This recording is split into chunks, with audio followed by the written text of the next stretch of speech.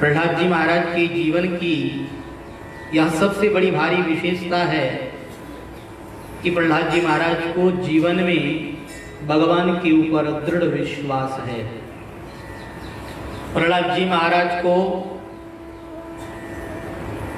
यातनाएं दी गई, पहाड़ की चोटी से नीचे गिरवाया गया, हाथी के पांव तले कुचलवाया गया, विषधर सांपों से डसवाया गया, कई उपाय किए लेकिन कोई भी उपाय उनका सफल नहीं हुआ।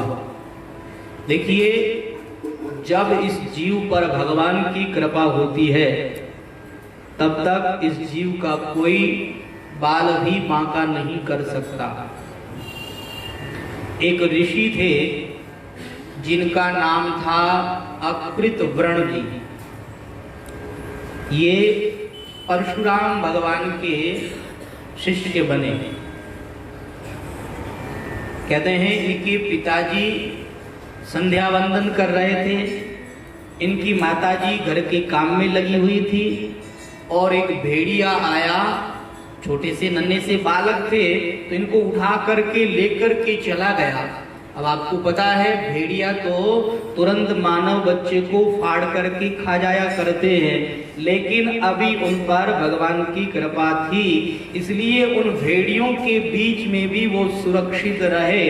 उस भेड़िए ने उन अकृतवर्ण जी का कुछ नहीं किया और वो अकृतवर्ण जी भेड़ियों के बच्चों के साथ में भी खेलने लग गए और वो अपने आप को भेड़िया मानने लग गए, उनकी जैसी चेष्टा करने लग गए। एक बार परशुराम भगवान जब वहां से निकल रहे थे तो हमारे परशुराम भगवान ने क्या देखा कि कोई ऋषि बालक है, लेकिन ऋषि बालक होते हुए भी इन भेड़ियों के साथ रह रहा है, अपने आप को भेड़िया मान रहा है। तो उन्होंने वहां जाकर के उन भेड़ियों को भगा दिया। अब उस बालक को उन्होंने कहा कि अरे तुम साधारण बालक थोड़े ही हो, तुम कोई भेड़िए थोड़े ही हो, तुम तो एक ऋषि बालक हो। और ऐसा कहकर के अपने साथ लिया और उन्हें शिक्षा दीक्षा दी। ऐसी उन्होंने उसे सुंदर शिक्षा दी कि उनके वो परम शिष्य बन गए। और इनका नाम अकृतवर्ण इसीलिए रखा गया कि भेड़ियों के बीच में रहने पर भी इनके शरीर में एक भी व्रण अर्थात घाव नहीं पड़ा, इसलिए इनका नाम हुआ अकृतवर्ण। तो सिंह के बीच में भी, भेड़ियों के बीच में भी, जंगली जानवरों के बीच में भी अगर हम रह जाएं तब भी हमारा बाल भी बांका नहीं हो सकता है। कब? जब हमारे पर भगवान की कृपा हो। भगवान की कृपा जब पर होती है, जिस पर होती है उसका कोई कुछ भी नहीं बिगाड़ सकता है। तो श्री प्रहलाद जी महाराज पर भगवान की ऐसी कृपा है कि हिरण्याक्ष के लाख प्रयत्न करने के बाद में भी श्री प्रहलाद जी महाराज का तो बाल भी बांका नहीं होता है। और श्री प्रहलाद जी महाराज को सन्नामर्क शिक्षा देते हैं, बहुत प्रयास करते हैं नीति शास्त्र की बातें सिखाने का, लेकिन श्री प्रहलाद जी महाराज को तो एक ही रंग चढ़ा हुआ है और वो रंग है कृष्ण भक्ति का रंग। कृष्ण ग्रह ग्रहित आत्मा, कृष्ण रूपी ग्रह ने इनको पकड़ करके रखा है, जकड़ करके रखा है। अब ये केवल कृष्ण भक्ति के रंग में ही रंगे हुए हैं। अब इनको संसार का दूसरा कोई रंग चढ़ता ही नहीं है। जैसे सफेद वस्त्र पर आप जैसा रंग चढ़ाओ वैसा रंग चढ़ जाता है, लेकिन एक बार आपने पक्का रंग चढ़ा दिया उसके बाद में उस पर दूसरा रंग आप नहीं चढ़ा सकते हैं। ऐसे ही श्री प्रहलाद जी महाराज पर तो कृष्ण भक्ति का रंग चढ़ गया है। अब लाख प्रयास करने के बाद में भी उनको संसार का रंग नहीं चढ़ रहा है।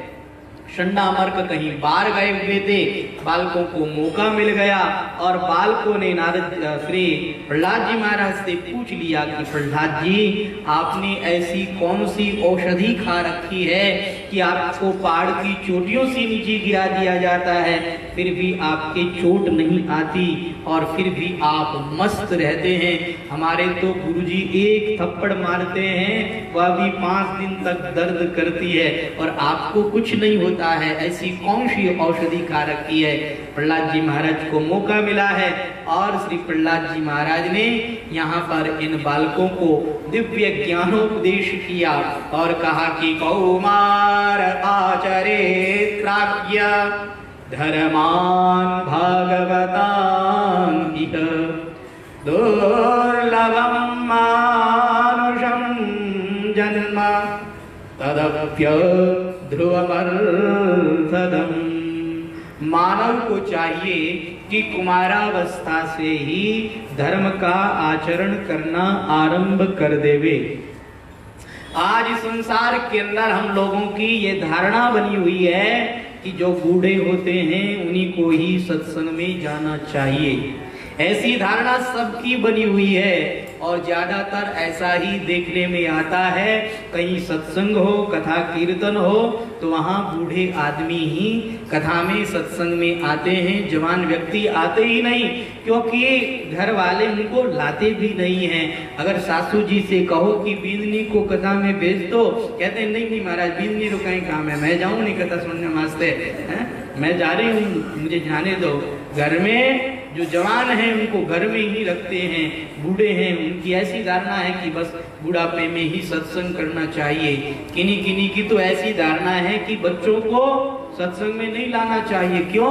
अरे बच्चों को सत्संग में लाने से गड़बड़ हो जाता है, बच्चों की बुद्धि कच्ची होती है और बच्चे अगर भक्ति की बातें सुनते हैं और बच्चे अगर भक्ति में लग गए तो फिर हमारा क्या होगा? बच्चे अगर बाबा जी बन गए, बच्चों ने कह दिया कि नहीं नहीं मैं भी यहाँ साथे जावा, मैं भी वृंदावन में श्री राम सेवा आश्रम में रहवा और मैं भी यहाँ चेला बना, तो कुछ मारो कहीं होई, बस हमारी सेवा कौन करे? बस इसी चिंता में आप लोग लगे रहते हैं और अपने बच्चों को सत्संग से वंचित रख देते हैं। लेकिन आप ये नहीं जानते कि जो सत्संग से वंचित रह जाता है वह शिष्टाचार से भी वंचित रहता है, वह शिक्षा से और संस्कार से भी वंचित रहता है। और जिसके अंदर शिष्टाचार नहीं, जिसके अंदर संस्कार नहीं, वह आपकी क्या सेवा करेगा? उससे आपका क्या भला हो जाएगा? देखो, जो शिक्षा से रहित है, जो संस्कार से रहित है, वह आपका भी भला नहीं कर सकता है, उससे आप भी कोई आशा नहीं रख सकते हैं।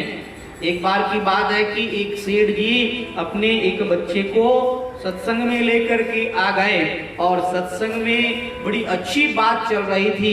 सत्संग में बात चल रही थी कि भगवान सब जगह सर्वत्र मौजूद हैं, ऐसा कोई प्राणी नहीं है जिस प्राणी के अंदर भगवान नहीं है, सब में भगवान मौजूद है। अब सेठ जी तो रोज आते थे, रोज सत्संग सुनते थे, लेकिन सेठ जी को तो कोई फर्क नहीं पड़ता था। क्यों? क्योंकि सेठ जी तो चिकने घड़े थे, चिकने घड़े के ऊपर आप पानी ढोड़ो तो सीधा नीचे चला जाता है, उसके ऊपर ठहरता नहीं है। तो सेठ जी तो चिकने घड़े, लेकिन बच्चा तो अभी अभी आया था और बच्चे ने वो बात सुनी, बच्चे ने वह बात धारण कर ली। अब सेठ जी के अनाज की दुकान थी, सेठ जी बैठे थे और सेठ जी ने अपने पोते से कह दिया कि देखो ध्यान रखना, हाँ दुकान का ध्यान रखना, मैं थोड़ा बाहर जाकर के आता हूँ। सेठ जी बाहर गए, इधर एक गाय आई और गाय आकर के अनाज खाने लगी। अब सेठ जी ने कह रखा था ध्यान रखना, लेकिन उस बच्चे ने कहा कि कल तो मैं सत्संग के अंदर ये सुनकर के आया हूँ कि भगवान सब जगह है, सर्वत्र है, तो इस गाय में क्या भगवान नहीं है? इस गाय में भी भगवान है। आज तो मेरी दुकान में भगवान पधारे हैं, चलो इन्हें अनाज खाने दो, नहीं रोकेंगे। उस बच्चे ने नहीं रोका। सेठ जी आए और आकर के कहने लगे, अरे क्या कर रहा है? कहा कल आपने सुना नहीं, सत्संग में कहा था सब में भगवान है, तो क्या इस गाय में भगवान नहीं है? आज गाय हमारा अनाज खा रही है, ये भगवान साक्षात हमारा अनाज खा रहे हैं, हमें इसे रोकना नहीं चाहिए। कहा अरे मैं तुझे कहां लेकर के चला गया? वो साधु महात्माओं की बातें उन्हीं के पास में छोड़ करके आनी चाहिए, वो बातें यहाँ थोड़ी लाने लायक होती है, उनकी बातें उन्हीं तक सीमित रहनी चाहिए, यहाँ नहीं लानी चाहिए। तो हम लोगों की तो ऐसी धारणा बनी हुई है कि जो बूढ़े होते हैं उन्हीं को सत्संग करना चाहिए। हाँ, जवान व्यक्ति सत्संग करेंगे तो वो बहक जाएंगे, वो बाबा जी बन जाएंगे। कल कितनी तरह की हमने ऐसी ऐसी गलत धारणाएं बना रखी है, लेकिन हमारे शास्त्र कहते हैं कि ये सब हमारी गलत धारणाएं हैं। इन धारणाओं को हमें छोड़ना होगा। बच्चों को हमें शिक्षा देने की आवश्यकता है। देखिए, अगर नींव मजबूत नहीं होगी तो आपका मकान ढह जाएगा, आपका मकान मिट जाएगा। अगर नींव मजबूत है तो आपका मकान वर्षों तक चलेगा, आपके मकान को कुछ नहीं होगा। तो ऐसे ही बच्चे वह इस मानव जीवन की नींव माने गए हैं। तो बच्चों में शिक्षा की आवश्यकता है, संस्कार की आवश्यकता है। इसीलिए कहा कौमार आचरेत प्राज्ञः, कुमारावस्था से ही धर्माचरण करने चालू कर देना चाहिए। और जिसने बाल्यावस्था में धर्माचरण किया है उसकी युवावस्था बहुत अच्छी रहेगी, उसकी युवावस्था में कोई गड़बड़ नहीं होगी। और जिसकी युवावस्था में कोई गड़बड़ नहीं होती, जिसकी युवावस्था अच्छे से बीतती है, उसका बुढ़ापा भी बहुत अच्छी तरह से बीतता है। संतों ने कहा है कि जिसकी युवावस्था बिगड़ गई उसका वृद्धावस्था भी बिगड़ जाती है। इसलिए ध्यान रखें, अपनी बाल्यावस्था को सुधारें। बाल्यावस्था सुधरी तो युवावस्था सुधर जाएगी, युवावस्था सुधरी तो बुढ़ापा अपने आप सुधर जाएगा। तो कौमार आचरेत प्राज्ञः, कुमारावस्था से ही मानव को धर्म का आचरण करना आरंभ कर देना चाहिए। क्योंकि दुर्लभम मानुषम जन्म, यह मानव जीवन जो है वह दुर्लभ जीवन है। कोई जरूरी नहीं है कि बूढ़ा होने के बाद में ही व्यक्ति मरेगा। बालक क्या नहीं मरते हैं? युवावस्था में क्या किसी की मृत्यु नहीं होती है? ये मृत्यु कब आ जाए, किस समय में आ जाए, इसका कुछ भी पता नहीं है। इसलिए जब से आपको पता लगे तभी से धर्म का आचरण करना प्रारंभ कर देना चाहिए। लोग कहते हैं ये काम हो जाए तो फिर भगवान का भजन करेंगे, वो काम हो जाए तो फिर भगवान का भजन करेंगे। और होता यह है कि एक काम हो जाता है तो दूसरा काम चालू हो जाता है, दूसरा काम हो गया तो तीसरा काम चालू हो गया, तीसरा काम पूरा हो गया तो चौथा काम चालू हो गया। इसीलिए संतों ने कहा है, जब तक रहेगी जिंदगी फुर्सत न होगी काम से, कुछ वक्त ऐसा निकालो प्यार कर लो श्री राम से। अरे ये जब तक जिंदगी है तब तक कुछ न कुछ काम तो बना ही रहेगा। हमारे पूज्य महाराज श्री कहते थे कि काम, बात और नींद ये कभी किसी की पूरी नहीं होती है। जिसको देखो उसे कुछ न कुछ काम लगा हुआ है। एकदम बूढ़े हो गए हैं, वृद्धावस्था को प्राप्त कर लिया है, लेकिन फिर भी कहते हैं नहीं महाराज माने तो काम है, मैं तो बिजी हाँ, अभी तो माने सीजन रो टाइम है, माने थोड़ो काम करन दो।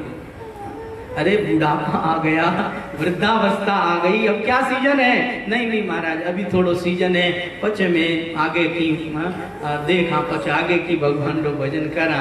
अरे भैया कोई जरूरी थोड़ी है कि आगे आप काम कर पाएंगे कि नहीं कर पाएंगे। इसलिए पहले से ही सचेत हो जाना चाहिए, कुछ न कुछ काम तो बना ही रहेगा। आज आपके घर में किसी का विवाह है तो फिर किसी रिश्तेदार के यहाँ विवाह है, फिर किसी का मरण हो गया है, फिर किसी का जन्म हो गया है, ये तो काम चालू ही रहेगा। जब तक रहेगी जिंदगी फुर्सत न होगी काम से।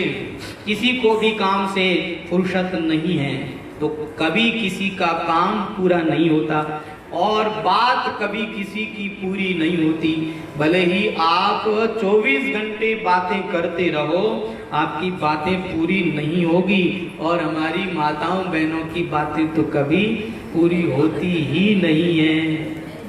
बातें करने के लिए जब बैठती है तो 3-3, 4-4 घंटे कैसे बीत जाते हैं पता भी नहीं लगता। कथा में तो बार बार घड़ी देखती है कि देखो देखो मैं तो बैठा बैठा थक गया और महाराज तो बोलता बोलता ही कौन ही थके। कथा में तो बार बार घड़ी देखते हैं, लेकिन बात में तो कोई घड़ी दिखाए तो कहते हैं नीचे रख, इन घड़ी नहीं। अभी मने बाता में रस आवे, बाता करन दे मने, और बाता करता करता सायंकाल हो जावे, अंधेरो हो जावे, जन के वरे ठाई भी पड़ियो, अंधेरो हो गयो। अब देखो 3-4 घंटा बाता करने रे बाद में भी माता बहनारी एक आदत हुए, घरों बारे जान थोड़ी देर और 10 मिनट खड़ी रही। अरे जो 3-4 घंटे बातें की है, अब भी कोई बात बाकी रह गई है क्या? बातें कभी किसी की पूरी नहीं होती और नींद कभी किसी की पूरी नहीं होती। जैसे आपको अगर 8 घंटे सोने की आदत है तो आप 24 घंटे लगातार सो जाओ तो आपकी 3 दिन की नींद पूरी हो जानी चाहिए। लेकिन आप एक दिन बिना नींद लिए रह जाएंगे, 2 दिन रह जाएंगे, लेकिन तीसरे दिन तो आपको जबरदस्ती झपकियां आने लग जाएगी। नींद को आप जितना बढ़ाओ यह उतनी बढ़ती है। अगर आप 4 घंटे नींद लो तब भी इस शरीर को तो आराम मिल जाएगा। हमारे पूज्य महाराज श्री केवल 4 घंटे ही सोते थे और समय में साधन भजन और स्मरण आदि करते थे, केवल 4 घंटे ही सोते थे। जो सच्चे संत महापुरुष होते हैं वो नींद को कम करते हैं। और नींद वैसे शरीर के लिए देखा जाए तो 4 घंटे की नींद बहुत होती है, ज्यादा से ज्यादा करो तो 6 घंटे, इससे ज्यादा तो नींद को बढ़ाना नहीं चाहिए। तो काम, बात और नींद कभी किसी की पूरी नहीं होती है, इसलिए इनको रोकना पड़ता है, इनको स्टे लगाना पड़ता है। काम को स्टे लगाओ, नींद को स्टे लगाओ, बातों को स्टे लगाओ और भगवान के लिए समय निकालो। भगवान के भजन के लिए समय निकालने की आवश्यकता है, अन्यथा हमारी ये उम्र यूं ही गफलत में ही बीत जाएगी। संतों ने क्या कहा है कि बातों ही बीत गयो रे, तूने कबहु न कृष्ण कयो, जन्म तेरो बातों ही बीत गयो। ये जन्म बातों ही बातों में बीत गया और कभी भी हमने कृष्ण नहीं कहा, कभी भी हमने श्री राम जी का भजन नहीं किया। बाल्यावस्था खेल कूद में बीत गई, युवावस्था भोग संग्रह में बीत गई और वृद्धावस्था चिंताओं में और रोग में बीत गई।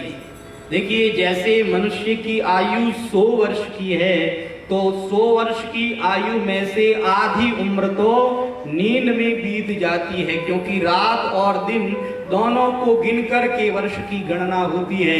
तो रात प्रायः व्यक्ति की नींद में बीतती है, तो आधी उम्र तो आपकी नींद में बीत गई और 10 वर्ष की उम्र आपकी खेल कूद में बीत गई, फिर आपकी भोग संग्रह में बीत गई, फिर चिंताओं में बीत गई।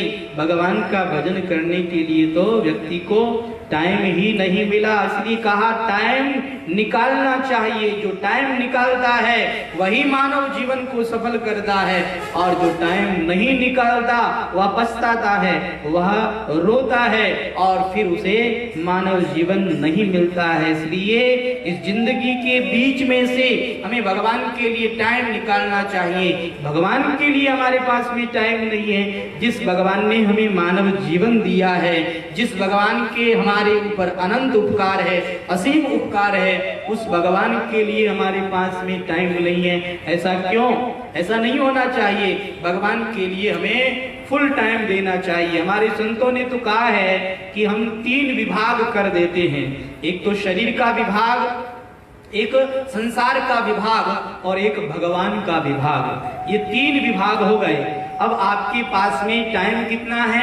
24 घंटे का टाइम है। अब इस 24 घंटे को आप 3 विभागों में अलग अलग विभक्त कर दो, तो 8 त्रिक 24, 8-8 घंटे आप इन तीनों को दे सकते हो। वैसे संत महापुरुष तो 24 घंटे भगवान को ही देते हैं, लेकिन हम संसारियों को कुछ छूट देते हैं। कहते हैं कि देखो भैया 8 घंटे तुम इस शरीर को दे दो, 8 घंटे तुम इस शरीर के संबंधियों को, संसार को दे दो, लेकिन कम से कम पीछे जो 8 घंटे बचे वो तो भगवान को दे दो। 8 घंटे बराबर दे रहे हैं हम, शरीर को 8 घंटे दे दो, संसार को 8 घंटे दे दो, और बाकी जो बचे 8 घंटे वो 8 घंटे तो हमें भगवान को देने ही चाहिए। इन 8 घंटों में तो हमें बिल्कुल बेईमानी नहीं करनी चाहिए। तो इस तरह से विभाग बना करके हम अलग अलग 8 घंटों में इसे विभक्त कर सकते हैं, लेकिन हम ये भी नहीं करते हैं, इसमें भी हम बेईमानी करते हैं। संसार के काम में बेईमानी नहीं करते। संसार का काम 8 घंटे का कहा है तो 10 घंटे कर लेंगे, 12 घंटे कर लेंगे, और भगवान के काम में से हम चोरी कर लेंगे। भगवान का काम 8 घंटे का है, 6 घंटे कर देंगे, 4 घंटे कर देंगे, 2 घंटे कर देंगे, और कई तो ऐसे हैं जो केवल 2 मिनट ही करते हैं। क्या भगवान ने 2 मिनट गणा? अरे भैया ऐसे कैसे हो सकता है? जिस भगवान ने हमें मानव जीवन दिया है, जिस उद्देश्य से दिया है, जिस लक्ष्य की प्राप्ति के लिए दिया है, उस उद्देश्य, उस लक्ष्य की प्राप्ति हम कब करेंगे? उस और भी तो हमें ध्यान देने की आवश्यकता है। तो हमारे संतों ने कहा है कि हमें भगवान के लिए समय निकालना चाहिए। हमें यह नहीं कहना चाहिए कि हमारे पास में समय नहीं है। संतों ने कहा है कि इस संसार की यह जो खटपट है, ये खटपट तो चालू रहेगी। इस खटपट के बीच में ही हमें अपना काम चटपट बना लेना चाहिए। एक बार की बात है, एक बकरी थी और वह बकरी जल पीने के लिए जैसे ही कुएं पर गई, तो पुराने समय में कुएं का जब जल निकलता था तो उस समय में खट खट की आवाज आया करती थी। तो वह बकरी किनारे खड़ी हो गई और वह बकरी जल नहीं पी रही है। जब वह बकरी जल नहीं पी रही है तो अन्य पशुओं ने उस बकरी को कहा कि तुम जल क्यों नहीं पी रही हो? हम सबको प्यास लगी है, हम सब जल पी रहे हैं, तुम क्यों नहीं पी रही हो? तो वह बकरी कहती है कि देखो मुझे ये खटखट की आवाज आ रही है ना, ये आवाज पसंद नहीं है। अगर ये आवाज आनी बंद हो जाए तो फिर मैं जल पी लूंगी। तो अन्य जो पशु लोग थे उन्होंने कहा देखो ये जब तक खटखट की आवाज आ रही है तभी तक पानी आएगा, जब खटखट की आवाज बंद हो जाएगी तो पानी भी बंद हो जाएगा। इसलिए पानी पीना है तो इस खटखट की आवाज में ही पी लो। ऐसे ही इस संसार के अंदर ये खटपट तो चालू ही रहेगी, ये कभी बंद नहीं होने वाली है। इसलिए इस संसार की खटपट में ही हमें अपना काम चटपट बना लेना चाहिए। जिसने इस संसार की खटपट में अपना काम चटपट बना लिया है वही सुखी है, और जिसने अपना काम नहीं बनाया वह हमेशा दुखी ही रहता है।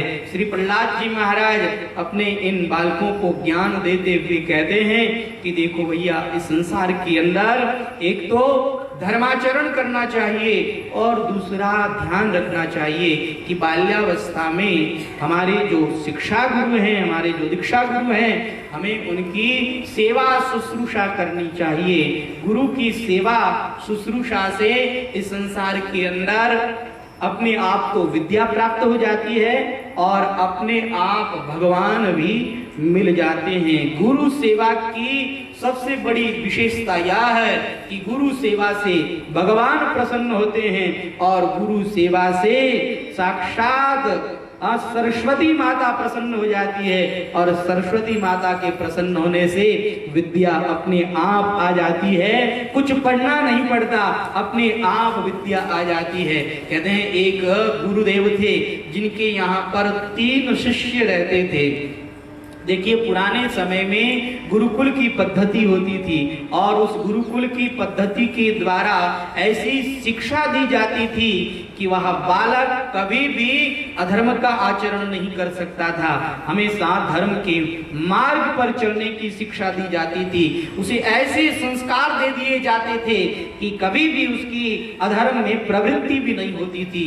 पुराने समय में गुरुकुल ही सबसे श्रेष्ठ साधन बताया जाता था और सबको गुरुकुल में जाना अनिवार्य होता था।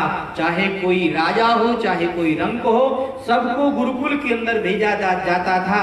और देखिए गुरुकुल में एक जैसी व्यवस्था रहती थी। ऐसा नहीं है कि राजकुमार है तो उसके लिए बढ़िया व्यवस्था हो, ऐसी बात नहीं है। सबके लिए समान व्यवस्था रहती थी। तो गुरुकुल में गुरुदेव पहले शिक्षा देते थे, पहले उनकी परीक्षा लेते थे और फिर उन्हें पढ़ाना आरंभ करते थे। तो एक बार की बात है कि उन्होंने अपने शिष्य से कहा, पहले जाओ, बरसात आ रही है तो खेत का पानी बाहर नहीं निकलना चाहिए। खेत की जो मेड़ है वह टूटनी नहीं चाहिए, मेड़ को सही करो। तो वो फावड़ा लेकर के गए और खेत की मेड़ बनाने लगे। अब हुआ ये कि बरसात ज्यादा हो रही थी, बार बार मेड़ टूट रही थी और बार बार वो मेड़ को सही कर रहे थे। ऐसे करते करते उस शिष्य ने देखा कि इस तरह से तो गुरु आज्ञा का पालन होगा नहीं, ये पानी बाहर आ जाएगा। तो उन्होंने फावड़ा नीचे रख दिया, जहां से मेड़ टूटी हुई थी वहां स्वयं लेट गए। और इतनी बारिश की वो बारिश बंद ही नहीं हो रही है, लेकिन उन्होंने पानी को रोक करके रखा है। सायंकाल हो गया है, अंधेरा हो गया है और गुरुदेव ने कहा अभी तक मेरा शिष्य आया नहीं। तो अपने उन दो शिष्यों के साथ में वो ढूंढते हुए आए और उन्होंने आवाज लगाई, अरे उद्दालक कहाँ हो तुम, अरे उद्दालक कहाँ हो तुम, इधर आओ, मैं तुम्हें बुला रहा हूँ। जैसे ही गुरु आज्ञा सुनी, उठ करके खड़े हुए, तुरंत आए और आकर के कहने लगे, महाराज मैं यहाँ हूँ। अरे तुम यहाँ क्या कर रहे हो? कहा गुरुदेव आपने कहा था खेत की मेड़ बनाए रखना, पानी बाहर नहीं निकलना चाहिए। क्या बताऊं, पानी का बहाव बहुत ज्यादा था, मेड़ बनाने से पानी रुक नहीं रहा था, इसलिए मेड़ की जगह मैं स्वयं ही लेट गया। गुरुदेव ने कहा वाह, तूने मेरी आज्ञा का इस तरह से पालन किया, जा मैं तुझे आशीर्वाद देता हूँ कि बिना पढ़े ही तुझे सब कुछ विद्या प्राप्त हो जाएगी। ऐसा आशीर्वाद दिया कि वो उद्दालक ऋषि बहुत बड़े ऋषि बने और उनको बिना पढ़े ही सब कुछ प्राप्त हो गया।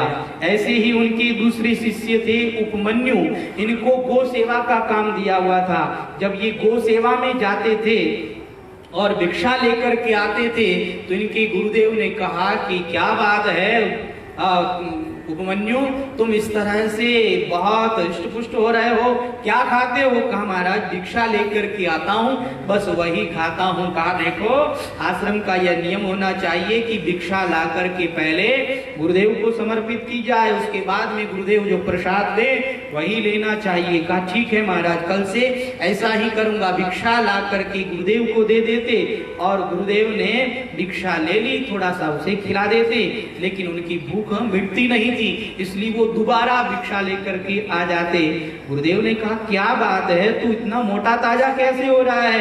कहा गुरुदेव इस तरह से वापस भिक्षा लेकर के आता हूँ, मेरी भूख बुझती नहीं है। कहा नहीं, ये बात गलत है, एक बार ही भिक्षा लेनी चाहिए, बार बार लाना नहीं चाहिए, लोभ बढ़ जाता है, आगे से दूसरी बार भिक्षा नहीं लाओगे। कहा ठीक है महाराज, दूसरी बार भिक्षा नहीं लाएंगे।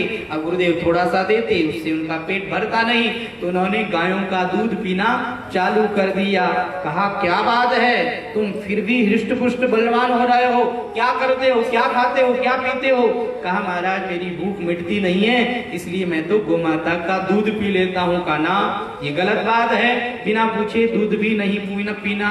अब दूध भी उन्होंने बंद कर दिया, भोजन उनको थोड़ा सा मिलता है, अब क्या करें? तो बछड़े जो दूध पीते थे, तो बछड़ों को दूध पीने से जो झाग नीचे गिरते हैं, उन झागों को वो पी लेते। अब उन्होंने गुरुदेव ने पूछा कि क्या बात है, फिर भी तुम तो ऐसे बलवान हो रहे हो, क्या बात है, क्या पीते हो, क्या खाते हो? कहा महाराज इस तरह से बछड़े दूध पीते हैं, उनका जो झाग नीचे गिरता है मैं उसे खा लेता हूँ। कहा नहीं, ये बछड़े लोग तुम पर दया करके और ज्यादा झाग नीचे गिरा देते हैं, नहीं ऐसे नहीं करना है। अब उनका वो भी बंद कर दिया गया, तो अब वो दुबले पतले रहने लगे, उन्हें ज्यादा भूख लगने लगी, तो उन्होंने एक दिन आक का दूध निकाल करके उसे ही पी लिया। अब आक के दूध से तो उनकी आंखें भी फूट गई, लेकिन फिर भी उन्होंने गो सेवा करना नहीं छोड़ा, गायों के पीछे पीछे चलते रहे और एक जगह एक कुआं था, उस कुएं में वो गिर गए। आज सायंकाल को गाय अकेली लौटी है और ये उपमन्यु नहीं लौटे हैं। तो गुरुदेव को बड़ी चिंता हुई। गुरुदेव अपने दोनों शिष्यों के साथ ढूंढते हुए आए, आवाज लगाई, कहा हो उपमन्यु? कहा गुरुदेव मैं इस कुएं के अंदर गिरा हुआ हूं और इस तरह से मैंने आपका दूध पी लिया, मेरी आंखें फूट गई।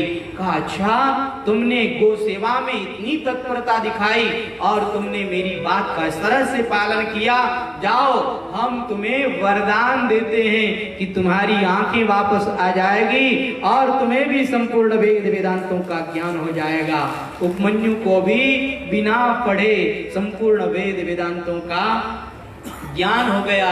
और तीसरे शिष्य इनके वेद थे, इन्होंने भी इतनी सेवा की, इतनी शुश्रूषा की कि इनके ऊपर भी इन्होंने कृपा कर दी और कृपा करके इनको भी बिना पढ़े ही सब विद्या प्राप्त हो गई। तो अगर गुरुदेव प्रसन्न हो जाएं तो अपने आप विद्या प्राप्त हो जाती है, फिर कुछ करना नहीं पड़ता है।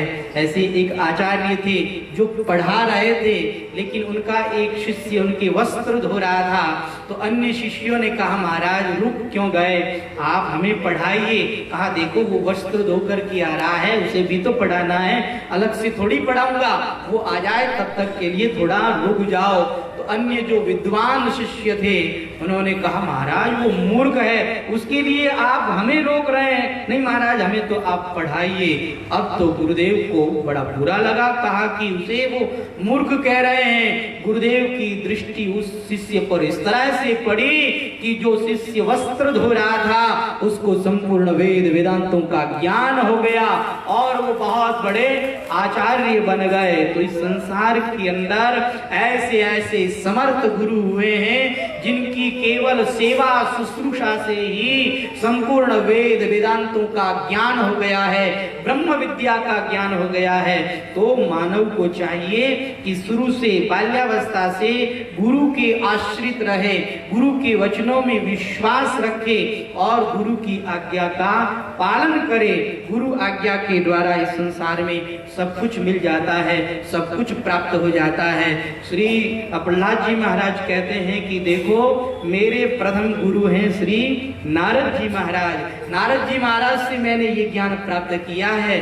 जिस समय में मेरे पिताजी जंगल में तपस्या करने के लिए गए हुए थे तो इधर पीछे से देवताओं ने आक्रमण कर दिया और हमारे सभी राक्षसों को उन्होंने भगा दिया और मेरी माता को तो देवराज इंद्र ने पकड़ लिया और देवराज इंद्र मेरी माता को बंदी बना करके स्वर्ग में ले जा रहे थे। कह रहे थे कि देखो एक हिरण्याक्ष है और एक हिरण्याक्ष के कारण हम लोग इतने दुखी हो गए हैं और इसके पेट में तो एक और इसका बेटा पैदा होने वाला है। अगर दो दो हिरण्याक्ष हो गए तब तो फिर हमारा जीना ही हराम हो जाएगा। इसलिए हिरण्याक्ष का बेटा जन्मेगा, जन्मते ही हम उसे मार डालेंगे। इस उद्देश्य से मेरी माता को लेकर के जा रहे थे। मेरी माता रो रही थी और बीच में नारद जी महाराज मिले। नारद जी ने कहा रे देवराज इंद्र इस तरह से अबला को कहां पकड़े लिए जा रहे हो? कहा महाराज आपको पता नहीं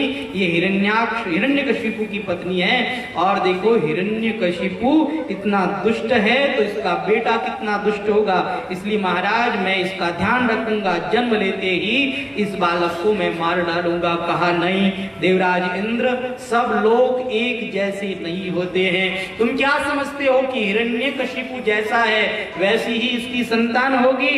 नहीं नहीं, हिरण्यकशिपु की जो संतान होगी वह तो बहुत ही श्रेष्ठ होगी, वह तो भगवान की भक्त होगी। इसलिए तुम्हें चिंता करने की आवश्यकता नहीं है। इस कयाधु को आप मुझे समर्पित कर दो, मैं इसे ले जाता हूं और ऐसी सुंदर सुंदर शिक्षा दूंगा कि इसके बालक पर ऐसा शुभ अवसर पड़ेगा, ऐसा शुभ असर पड़ेगा कि ये इसका बालक जो है वह भगवान का भक्त पैदा होगा।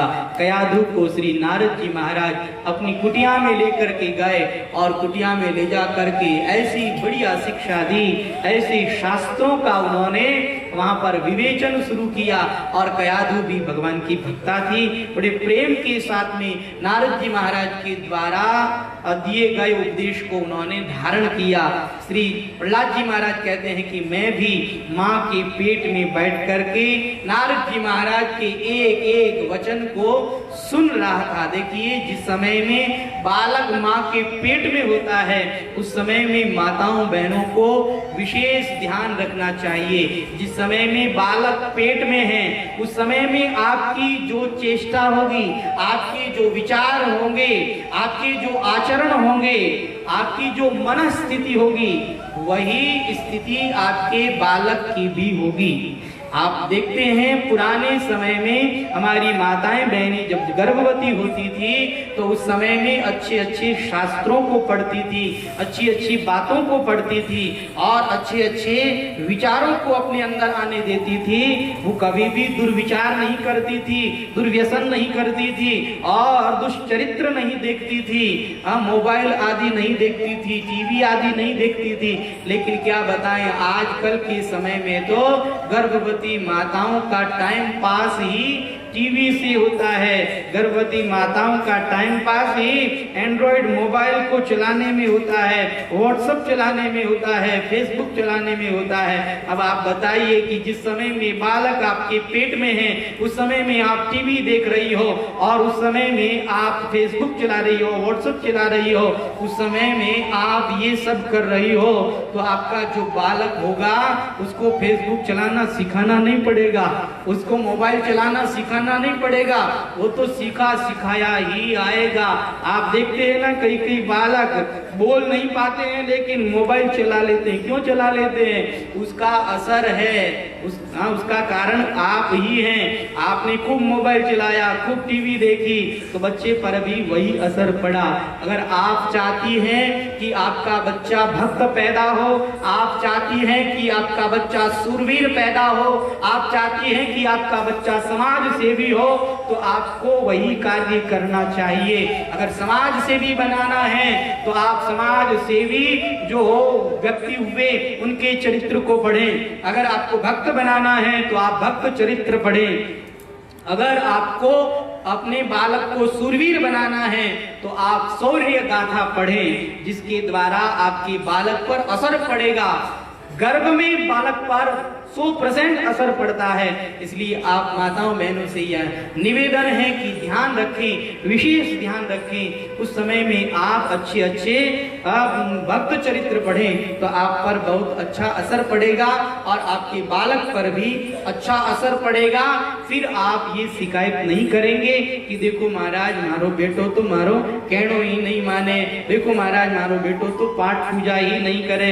ये सब शिकायतें नहीं रहेगी। अगर आपने ये सब किया है तो आपके बच्चे पर भी वही असर पड़ेगा। बच्चे के अंदर जो संस्कार होते हैं वो माँ के ही होते हैं। इसलिए हमारी माताओं बहनों को विशेष ध्यान देने की आवश्यकता है। आज हमारी माताएं ध्यान नहीं दे रही है और बुढ़ापे में फिर रोती हैं, फिर कहती है कि महाराज कहीं बतावा हमारे तो बेटो नहीं, हमारे तो कुपुत्र पैदा हुई हो। अब कुपुत्र पैदा हो गया है तो उसमें आप ही कारण हो, उसमें और कोई कारण नहीं है। आप जैसा चाहो वैसे आप पुत्र को ढाल सकती हो, वैसा आप बना सकती हो। तो आप लोगों से यही निवेदन है, धार्मिक ग्रंथों को पढ़ें और अपने बच्चों को अच्छे संस्कार देवें। श्री प्रहलाद जी महाराज कहते हैं कि मैंने जब से नारद जी महाराज के द्वारा वह उपदेश सुना तो मैंने तो माँ के पेट में ही भगवान का भजन करना चालू कर दिया था।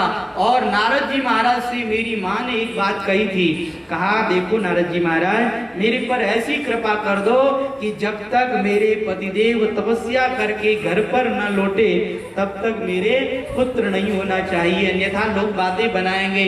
कहा तथास्तु, और ऐसा ही हुआ।